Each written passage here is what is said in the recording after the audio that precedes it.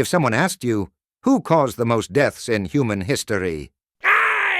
Chances are, one name instantly comes to mind. Adolf Hitler. That's what most of us were taught.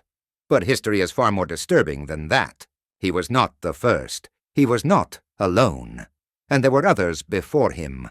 Rulers whose decisions were even more devastating, even more brutal.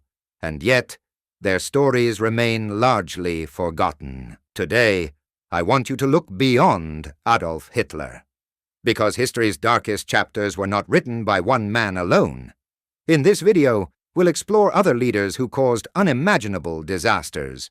And more importantly, we'll understand how they made it happen. At number 1 there is Mao Zedong, the founding leader of communist China, is remembered by many as a revolutionary hero. But his push to rapidly transform China into a socialist superpower led to one of the deadliest famines in history. During the Great Leap Forward, farms were forced into collectives, private food ownership was banned, and unrealistic production targets were set.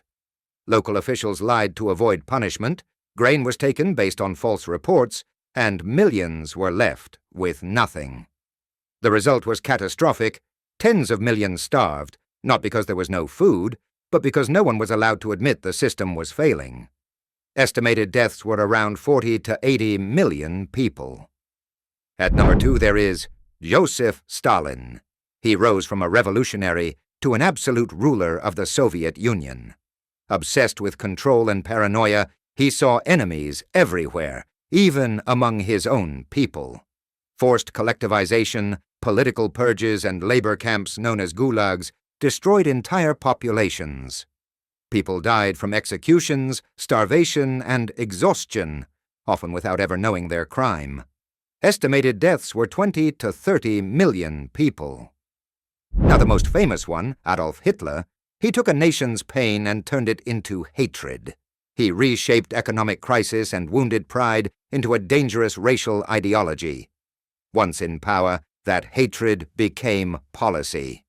The Holocaust was not chaos. It was calculated. Names were recorded. Trains were scheduled. Camps were built. Millions were transported, imprisoned, and killed.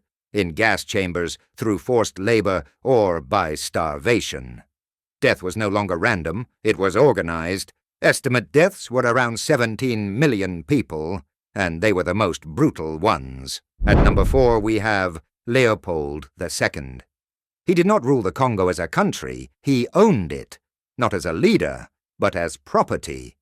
His mission was simple: profit. Through rubber, ivory, wealth, villages were forced into labor.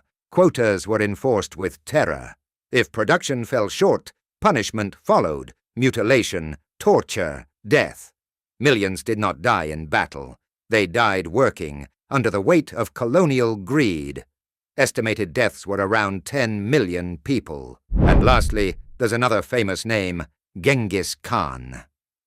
He rose from tribal conflict to unite the Mongol clans, and went on to build the largest land empire the world had ever seen. But his expansion was driven by one principle: absolute warfare.